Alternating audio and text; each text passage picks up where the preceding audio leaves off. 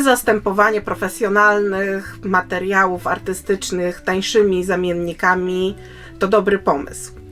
Czy takie oszczędzanie jest ok, czy może jest takie troszeczkę mało profesjonalne?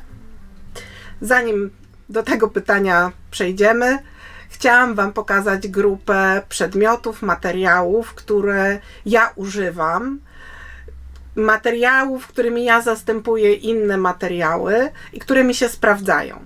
Ale zacznijmy najpierw od tego, w jaki sposób można zastępować właśnie materiały artystyczne czymś innym. Po pierwsze, to co tak pewnie najszybciej przychodzi do głowy, to to, że zamiast kupowania czegoś droższego, kupujemy coś tańszego. I wcale nie musi być to takie rozwiązanie, że zamiast materiału artystycznego z górnej półki kupujemy coś przeznaczone dla dzieci i to jeszcze najsłabszej jakości. Ale może być taka sytuacja, gdzie firmy produkujące materiały dla artystów decydują się na prowadzenie równolegle dwóch linii dla różnego odbiorcy. Po pierwsze dla profesjonalnych artystów, a po drugie na przykład dla studentów, wszystkich osób uczących się. I wtedy mamy do czynienia jakby z dwiema markami w danej firmie. Na przykład firma Liquitex. Tutaj mam jej farby akrylowe. Ta firma sprzedaje swoje farby akrylowe jako professional. I druga opcja to jest Basics.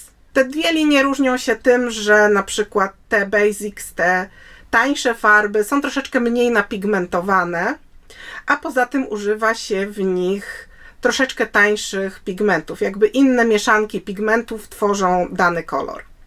Ale firma twierdzi, że nie zmienia to samej trwałości i jakości tych farb. I tak samo wiele innych firm posiada właśnie takie dwie linie, profesjonalną, droższą i dla osób uczących się troszeczkę tańszą. Winsor & Newton na przykład dla uczących się ma akwarele Cotman, firma Talens mamy pastele Rembrandt, czyli te dla profesjonalnych artystów, i Van Gogh, czyli takie właśnie dla osób dopiero uczących się. Także wiele jest takich możliwości, nawet w ramach jednej marki, że można kupić produkty i trochę droższe, i te trochę tańsze. I te tańsze, one zwykle są troszeczkę słabsze, ale najczęściej nie jest to bardzo duża różnica i mamy produkt i tak bardzo dobrej jakości. Oczywiście możemy też rzeczy dla artystów zastępować innymi przedmiotami, które zostały przez nas zaadaptowane do użycia artystycznego. Tutaj jako przykład taka szpachelka silikonowa, sprzedawana jako do gotowania, ale można zastępować nią również takie najróżniejsze szpachelki silikonowe przeznaczone do malowania. Jedna zasada jest tylko taka, że w momencie, kiedy jakiś produkt, jakąś rzecz zaczynamy stosować w pracowni, to oczywiście nie wraca to już nigdy więcej do kuchni, no tak na wszelki wypadek. Możemy oczywiście zamiast gotowych rzeczy zrobić coś samodzielnie i to jest też bardzo takie fajne rozwiązanie. Tutaj patyczek do rysowania wykonany z gałązki przeze mnie, on tam w wielu filmach się już pojawiał, więc to jest też nasza taka trzecia opcja, wykonanie samemu czegoś. Zapraszam Was do obejrzenia tych najróżniejszych materiałów, które ja używam. Przygotowałam sobie sporo tutaj różnych rzeczy. Zacznijmy może, skoro już tutaj jest pod ręką, zacznijmy od koła barw i takiej skali szarości, którą też można używać, kiedy uczymy się jeszcze dopasowywać walory. I to są takie dwie rzeczy, które ja kupiłam w internecie, ale oczywiście nie trzeba tego kupować, można sobie to zrobić. I tutaj jako przykład koło barw, które sobie sama wykonałam, ono jest troszeczkę inne od tego tutaj gotowego, ale oczywiście możecie na podstawie takiego z internetu sobie zrobić takie malowane, rysowane kredkami, to już dowolnie, zależy to już od Was. W kole barw najważniejsze jest tylko to, żeby były przede wszystkim te kolory, które są tutaj po zewnętrznej stronie, to jest tam najbardziej przydatne i żeby był odpowiedni układ tych kolorów względem siebie. Więc takie koło barw, które Wam pasuje, można sobie samemu po prostu zrobić. I tak samo w przypadku tej skali szarości, którą ja akurat trochę żałuję, że kupiłam, dlatego że już Wam pokażę, o co chodzi tutaj z nią. Jak widzicie, ta najciemniejsza część, tutaj jest napisane 100% black, jest jaśniejsza niż to, co jest czarne. I jest też jaśniejsza od czarnych farb, które ja mam do dyspozycji, czy farbki czarnej stuby, czy pastelu, czy czegokolwiek, czy nawet bardzo ciemnych innych kolorów. Więc ta skala jest taka troszeczkę niedopracowana, dlatego że to jest moim zdaniem za jasne, jak na 100% czerń to jest za jasne. Więc takie coś polecam sobie zrobić samemu. Skoro już wyciągnęłam tutaj papier ścierny, to niedawno w komentarzach do jednego z filmów pojawiła się kwestia papieru do pasteli, tego papieru ziarnistego, takiego jak Pastelcard czy Pastelmat. Dlatego, że to są papiery bardzo drogie i rzeczywiście ja wcale nie twierdzę, że osoby, które dopiero uczą się malować pastelami, powinny od razu rzucać się na te bardzo drogie papiery. Mamy taką alternatywę dla tych papierów, zwłaszcza jeżeli się uczymy albo w momencie, kiedy tylko chcemy zobaczyć, czy te papiery ziarniste będą nam w ogóle pasowały. Można kupić w sklepie budowlanym papier ścierny, ten ma 230, ten ma 220, tą ziarnistość, a tutaj mamy 400. To są zwykłe takie na papierze, papiery ścierne. One mają tą strukturę dosyć podobną do tych papierów ziarnistych do malowania pasteli. Tylko zaznaczam, ja bym to stosowała tylko po to, żeby zobaczyć, jak na tego typu powierzchni się maluje, albo żeby po prostu na początek nauczyć się malować na czymś takim. Natomiast jeżeli chodzi już o malowanie obrazów, które byśmy chcieli, żeby nam przetrwały lata, to na takim czymś bym nie malowała, dlatego że nie wiemy, ile to przetrwa. Więc do nauki tak, do obrazów na wiele, wiele lat nie. Natomiast mamy drugą opcję, jeżeli chodzi o zastępowanie tych papierów ziarnistych drogich, możemy sobie taką powierzchnię z ziarnistą sami zrobić. Żeby zrobić taki papier ziarnisty, potrzebne będzie nam jakieś podłoże, czyli oczywiście jakiś Bristol papier bezkwasowy karton i na to nakładamy masę albo taką gotową już do pasteli, albo można sobie taką masę zrobić. Wystarczy użyć gesso przeznaczonego do farb akrylowych, rozcieńczonego odrobiną wody i dodać do tego gesso albo takiego rozdrobnionego pumeksu, albo mączki marmurowej. Ja robiłam z pumeksem. Tutaj widzicie właśnie z bliska, jak na pracach to wyglądało. Kwestie proporcji w internecie znajdziecie różne tych składników, mieszanki. Myślę, że powinniście po prostu sami sobie wypróbować różne wariacje, przeszlifować na koniec to papierem ściernym, żeby takich kropeczek, jak mi tutaj wychodziły, nie było, bo ja używałam do nakładania wałka, ale można używać też pędzla, więc tutaj wersje są różne.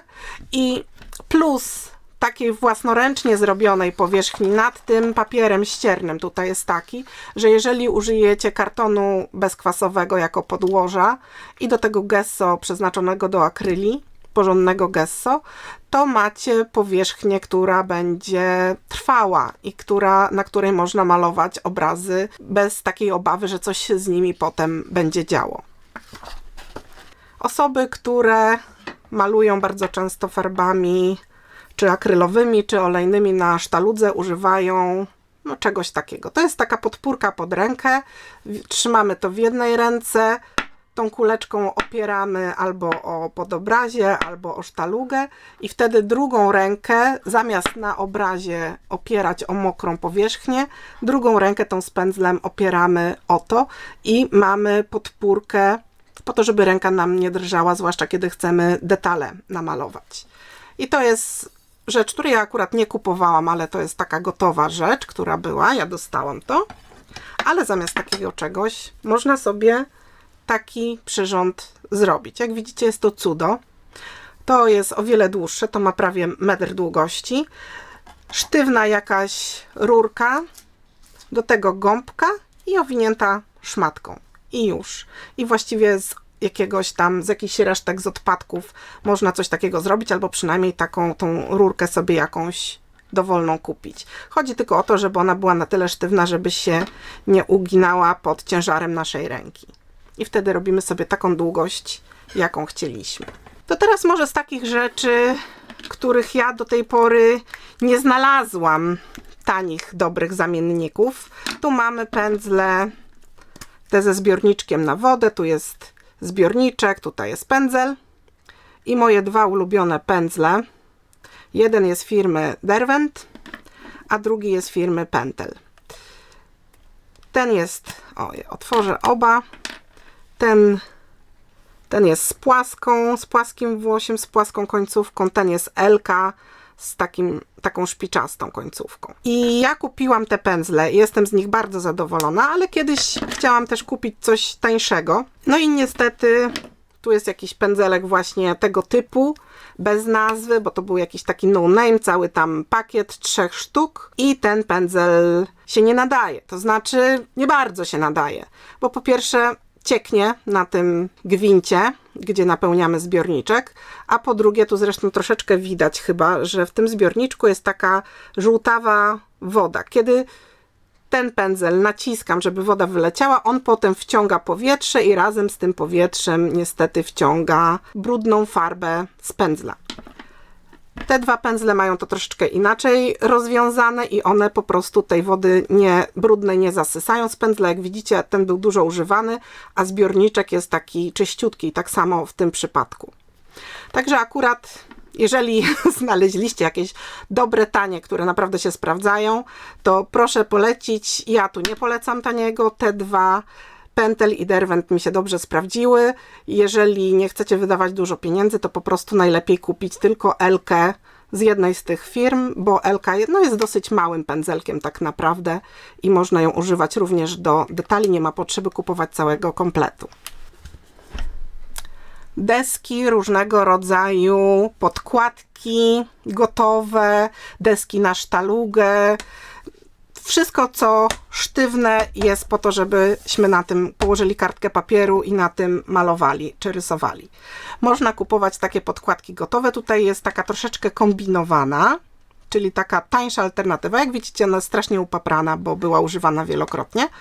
To jest zrobione z resztki plexi, z jakiegoś odpadu większej plastikowej tablicy, dlatego ten niebieski szlaczek, a tutaj ze starej takiej teczki właśnie z klipsem przełożyliśmy ten klipsik. No i jest to taki tańszy wariant takich gotowych podkładek i tak samo na sztaludze pewnie wielokrotnie widzieliście, że zamiast takiej tradycyjnej deski do rysowania drewnianej używam dużego plexi. Po pierwsze było dostępne, więc nie zapłaciłam za to nic, to była jakaś resztka czegoś, jakaś tablica informacyjna, a po drugie plexi bardzo dobrze się czyści, o wiele lepiej niż te deski drewniane. Kubełki. Tutaj kubełek, który pokazywałam, firmy Faber-Castell, taki kubełek przenośny na wodę składany silikonowy, który jest takim sztywnym, fajnym kubełkiem. I on oczywiście w sklepie plastycznym będzie jako kubełek do malowania czy coś takiego nazwany. Natomiast tutaj jest wersja już z normalnego jakiegoś innego sklepu, takiego zwykłego silikonowego składanego kubeczka. On jest troszeczkę, nie jest taki mocno usztywniony jak ten, ale też dosyć dobrze się trzyma. Można też kupić zamiast kubełka takie niewielkie miseczki, one czasami są sprzedawane jako miseczki dla psów i wtedy też tego używać. A oba te kubełki się sprawdzają. Chociaż szczerze przyznam, że bardzo lubię ten. To teraz może z takich bardziej już materiałów artystycznych. Najpierw zacznijmy od pisaków akrylowych. Ja bardzo lubię używać różnego rodzaju pisaków do szkicowania. I mam tutaj takie dwie wersje. Polska, którą pewnie wszyscy znają, jako ten właśnie droższy. I to jest pisak akrylowy, nawet nie ma jakiejś specjalnej nazwy, nazywa się Paint Markers. To było opakowanie, akurat może nie od tego koloru, ale ja kilka takich opakowań kupiłam w sklepie Action. I o tych pisakach się wypowiadaliście, że też kupiliście i ja napisałam, że też kupiłam, bo tam była na nie promocja. I byłam bardzo zadowolona z tych pisaków, więc tutaj będzie taka recenzja po czasie. bo te pisaki bardzo fajnie malowały i miały dosyć ciekawe kolory. Jeżeli komuś nie przeszkadzało, że w tych opakowaniach połowa była metaliczna, no to jakby połowę tych pisaków zyskiwaliście za o wiele, wiele niższą cenę niż Posca. I ja też sobie sporo tych pisaków kupiłam, jakby uzupełniłam te kolory, które miałam z Posci. Ale problem polega z nimi na tym, że po jakimś czasie, jeżeli mało ich używacie, a u mnie one leżały poziomo, więc to zaczynają wysychać. I żeby je uruchomić z powrotem, bo jak widzieliście, Poskę użyłam i ona od razu dobrze pisała. Żeby ten pisak znowu zaczął nam dobrze malować, to rzeczywiście trzeba go troszeczkę... O, ten całkiem szybko się uruchomił. Ale trzeba się nad tym troszeczkę więcej napracować. Z Poską takie pompowanie zwykle się zdarza tylko na samym początku, takie duże, żeby to tutaj wpłynęło, a potem ta Poska się trzyma, a ten tak bardziej wysech. Także czy warto, czy nie warto? Myślę, że warto, bo za o wiele niższą cenę mamy dużo większy wybór kolorów. Ja nie wiem, czy one są cały czas dostępne w tamtym sklepie, bo tam czasami się produkty zmieniają i już nie powracają. Tylko należy zwrócić uwagę, żeby trzymać je poziomo i tak naprawdę używać je dosyć często. To jest chyba ta główna uwaga tutaj do tych pisaków, żeby po prostu nie leżały bezczynnie, co w sumie może nie jest takim złym pomysłem. To teraz jeszcze z kolei pisaki akwarelowe. Tutaj mam te dwie droższe marki. Mamy Ecoline, Brush Pen i Tombow. One wszystkie są na bazie wody, a tutaj z Actiona taki zastępujący Aquamarker. O wiele tańszy. Każdy z tych pisaków tak naprawdę ma swój sposób nakładania tej płynnej akwareli. Każdy z nich pracuje troszeczkę inaczej.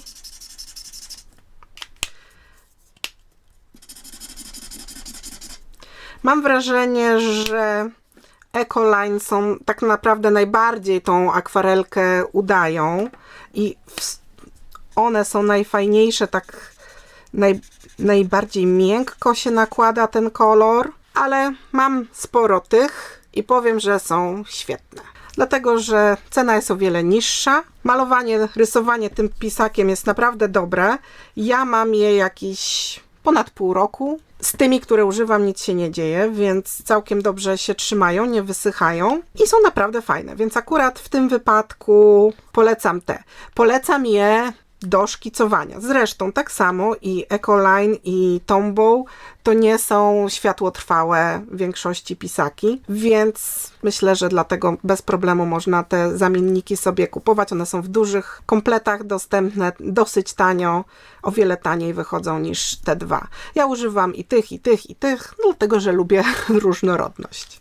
To teraz jeszcze wracając do pasteli i różnych rzeczy związanych z pastelami, to jest pewnie coś, o czym już słyszeliście. Tutaj mam fiksatywę przeznaczoną do pasteli, a z tej strony mam zwykły lakier do włosów. I teraz pewnie będą przeciwnicy i zwolennicy tego lakieru do włosów, czy zastępować fiksatywę lakierem, czy nie.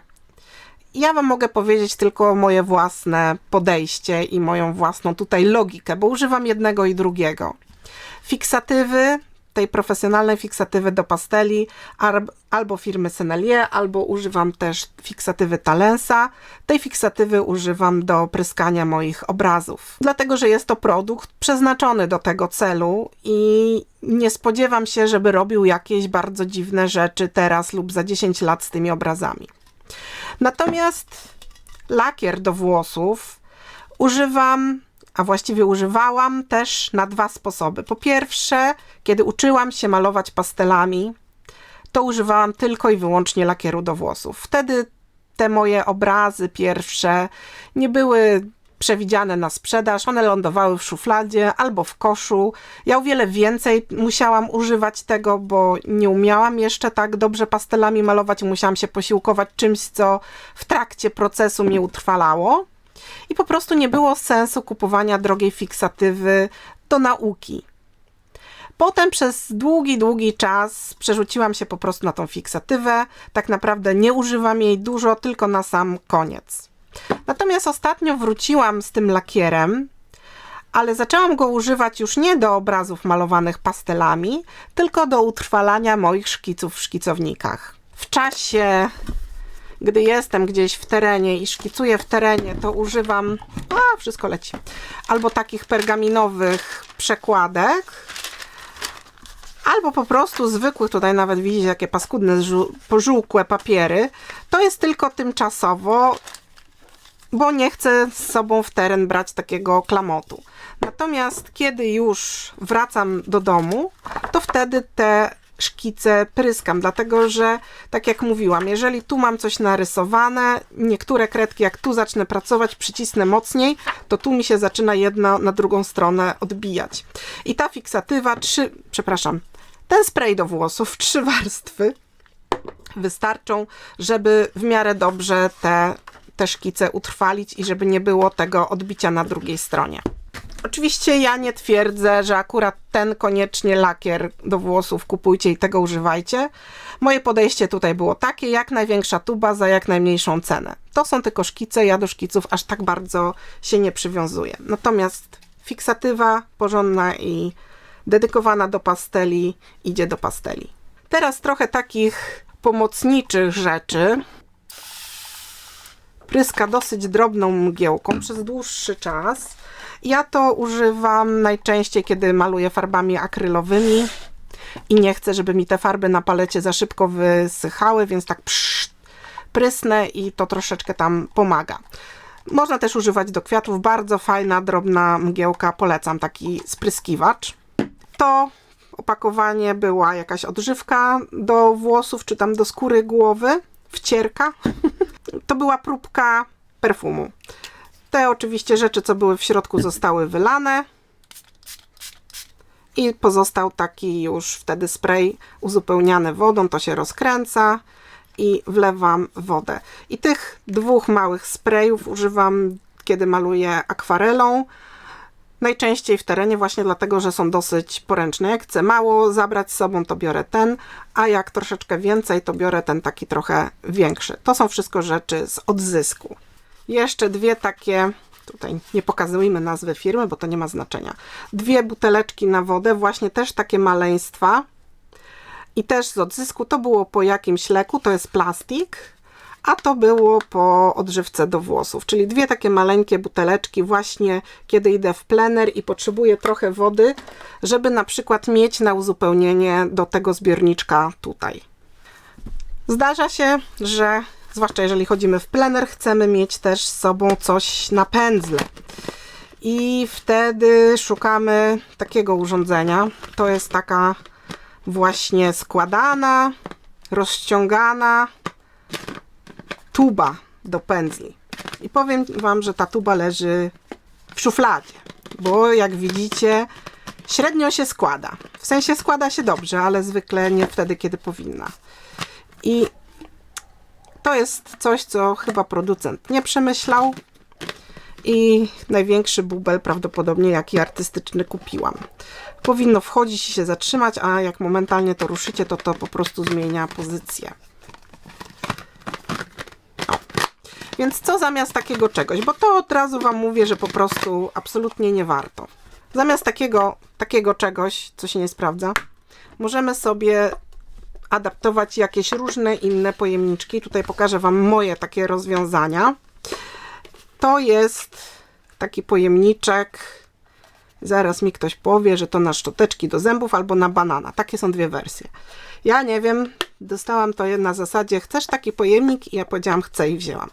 Więc tutaj wkładam pędzle, jeżeli gdzieś idę.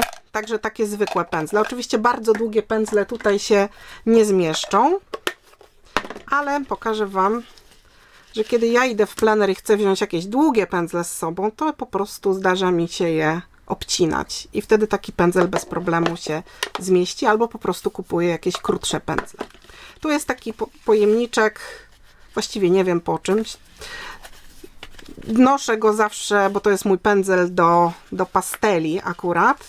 Więc noszę ten pędzel zawsze tutaj w tym i kiedy z pastelami gdzieś idę, to mi ten pędzel troszeczkę zabezpiecza. Można też użyć jakichś tam opakowań po produktach z zameczkiem, takich na przykład. Albo tutaj z kolei to jest taka rurka, a nawet dwie rurki, bo jedna w drugiej. To są takie rurki, w których pędzle były kupione. I jak się taką rurkę zachowa, to wtedy ten pędzel jakiś następny można też sobie pojedynczy w tym nosić w plecaku. Więc to są takie różne tu kombinacje.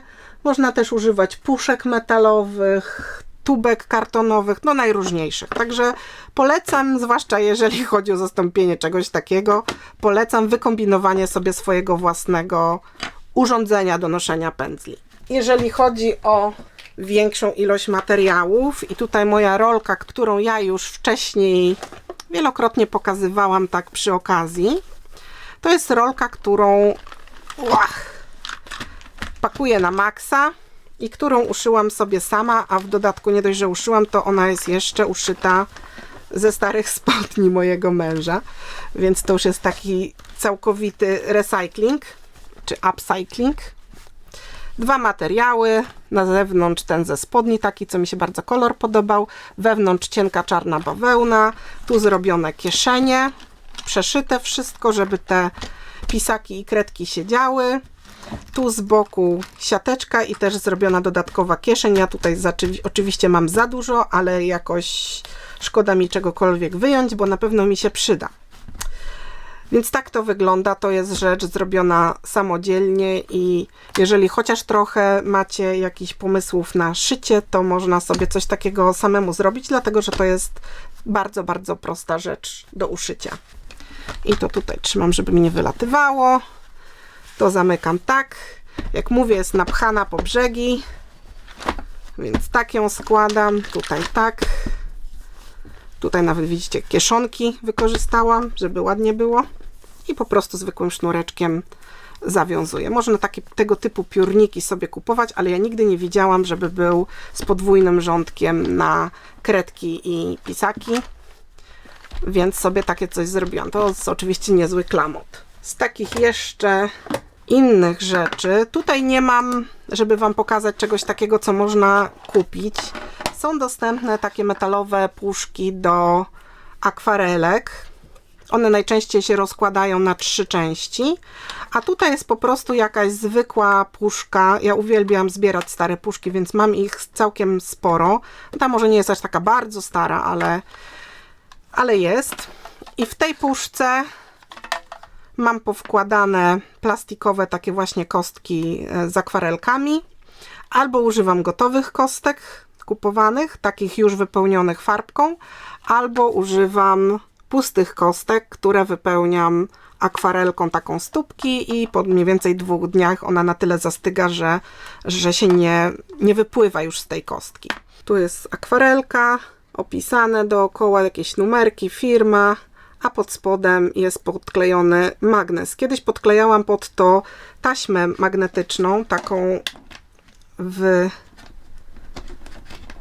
w rolce takiej wąziutkiej, tak jak zwykła taka taśma do klejenia to było, ale niestety ta taśma mi się zaczęła po pierwsze odklejać od tych plastików, a po drugie słabo się magnesuje po jakimś czasie, więc przerzuciłam się na maleńkie 2 mm magnesy neodymowe, ale myślę, że przerzucę się na jeszcze cieńsze takie milimetrowe, bo te są chyba troszeczkę za mocne. I teraz kwestia palety. Z tej strony to był oczywiście srebrny kolor. Ja popsikałam tą część farbą w sprayu taką ceramiczną i to się całkiem przyzwoicie sprawdza. Troszeczkę oczywiście zostaje tego koloru, to jest nieumyte, więc tutaj jakby się tym nie sugerujcie. Ale też z takiej puszki to już z kolei po ołówkach zrobiłam sobie paletkę taką, jeżeli chcę mieć więcej miejsca do mieszania tych akwarelek gdzieś w terenie.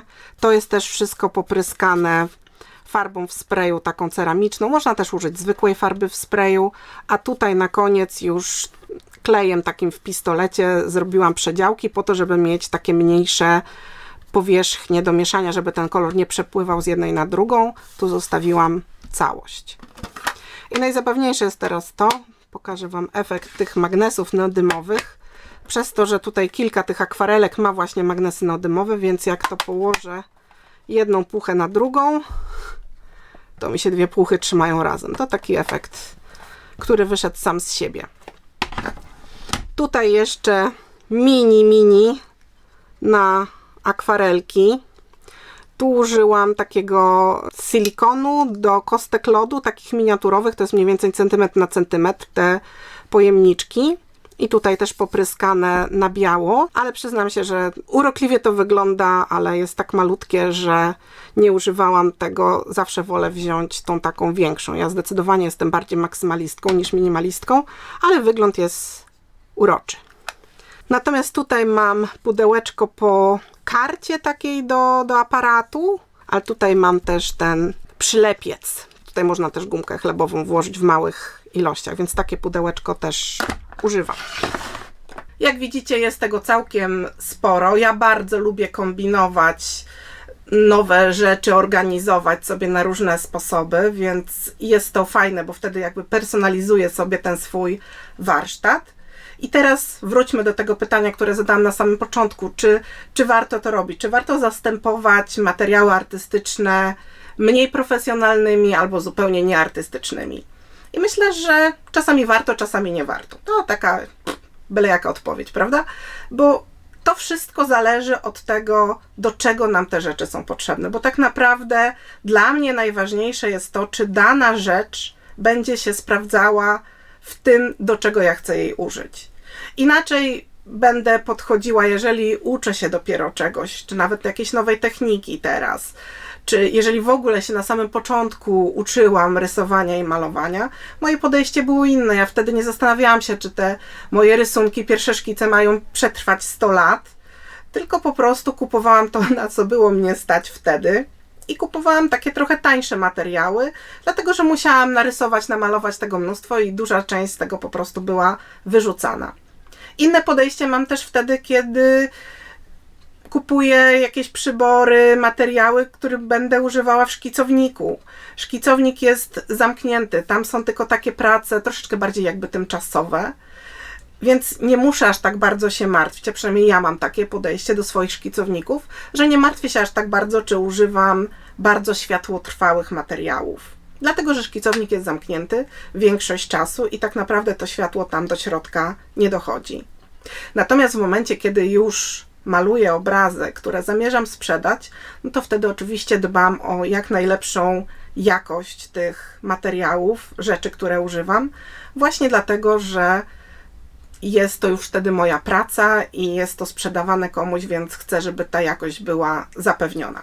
Zapraszam Was do podzielenia się swoimi pomysłami na różne zamienniki. Jestem pewna, że macie takie, bo każdy artysta zawsze sobie jakieś tam wymyśli, wykombinuje swoje własne rozwiązania. Zapraszam Was do obejrzenia tego filmu, w którym pokazywałam moje ulubione materiały z ostatniego roku. A na dzisiaj to już wszystko i do zobaczenia następnym razem.